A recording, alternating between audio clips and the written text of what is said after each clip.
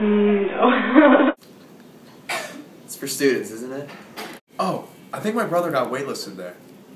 I hear it's a really good school. I think one of my friends goes there.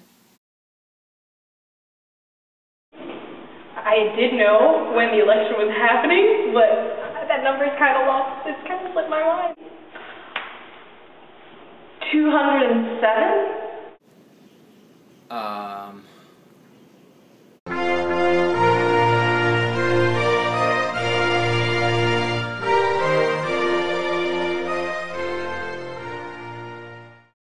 So what is the Electoral College? It is the system we use to elect our president and vice president. Contrary to popular belief, the president-elect is not decided by whoever gets the most votes from individual voters. The real system is a bit more complicated. To be elected president, a candidate must receive at least 270 electoral votes, out of the total 538 electoral votes.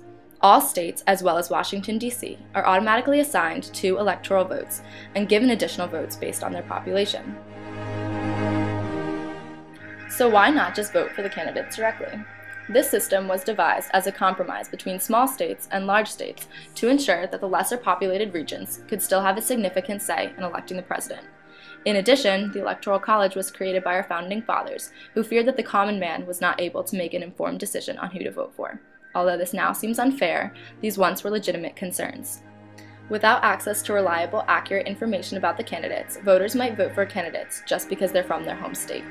In the beginning, each state delegated their electors as they saw fit, with the total number of electors being divided to represent the portion of voters who supported each candidate. However, by 1824, almost all states had switched to the winner-take-all system, in which the candidate who receives the majority of individual votes in a state receives all of that state's electoral votes. Today, Maine and Nebraska are the only states who do not abide by the winner-take-all system. The results of the controversial 2000 presidential election highlight the outmoded aspects of our country's electoral college system. Although Al Gore won the popular vote by a 0.5% margin, we all know that George W. Bush took office that January. How is this possible? Ultimately, the decision came down to the winner-take-all state of Florida, where there was a dispute over spoiled or ineligible ballots. Finally, the Supreme Court was called upon to decide how to handle the allegedly spoiled votes, and the court ruled in the Republicans' favor. The contested ballots were never counted. Although the popular vote was separated by roughly 500 votes, in total, Bush received 271 electoral votes, thus beating Gore's 266 votes. The structure of the Electoral College itself presents a series of serious flaws. In the case of a tie, the House of Representatives would choose the president, and the Senate would choose the vice president, effectively leaving the results of the entire election in the hands of a few politicians instead of the U.S. people. In fact, the 2000 election wasn't the first instance where a president was elected without receiving the majority of the popular vote.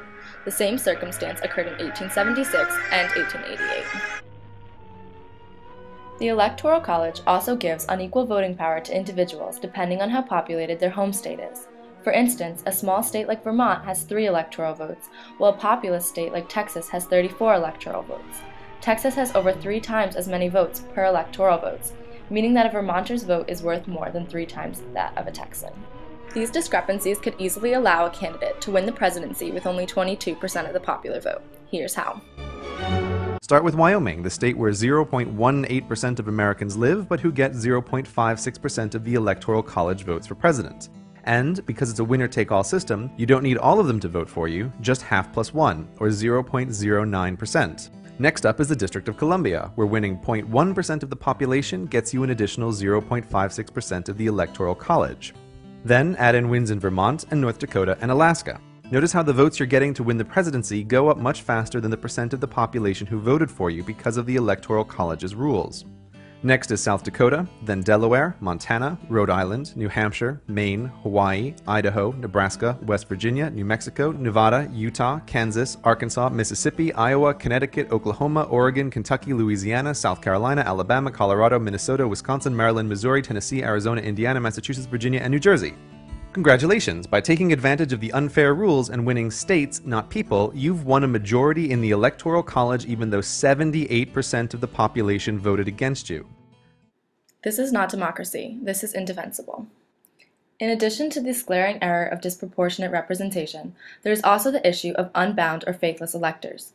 Currently, most states have little to no punishment should a pledged elector choose to vote against his or her state's popular majority winner. As was the case in 2000, the one Gore-bound elector who chose to abstain from voting cost the Democratic candidate a much-needed electoral vote in a very close race. As seen in Florida during the 2000 election, the winner-take-all system itself is also flawed.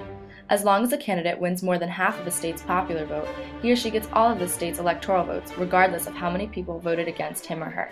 Because of this loophole, presidential hopefuls have no reason to campaign in states like the Democratic-bound California and the Republican-bound Texas. Instead, they spend the majority of their time and money in swing states, middle-sized toss-up states where candidates usually win by a slim margin of victory. These fatal flaws of the Electoral College have driven candidates to devote a majority of their time and campaign resources into repeatedly wooing a few states like Ohio and Florida.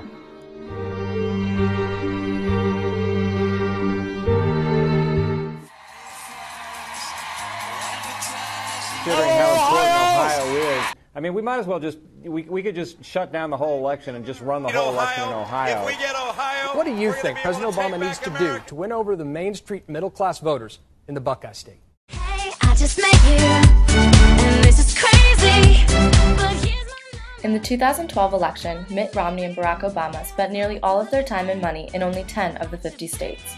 Ohio received 62 visits in the last 2 months immediately before the election, while 32 other states didn't receive a single visit. The current system we have in place is a false form of democracy. Giving voters in swing states more power was not the intention of our founding fathers. 3 of the 57 presidential elections have resulted in the less popular candidate taking office. For something as important as the presidential election, this is unacceptable. With all of these flaws, it's no surprise that there have been over 700 attempts to amend or abolish the portion of the Constitution that lays out the Electoral College. It's obvious that we want change, but the nature of the Constitution makes amendments incredibly difficult. To right these wrongs, voters and politicians must put aside party allegiances and abandon the problematic Electoral College for a better system where the winner of the election is truly decided by the people.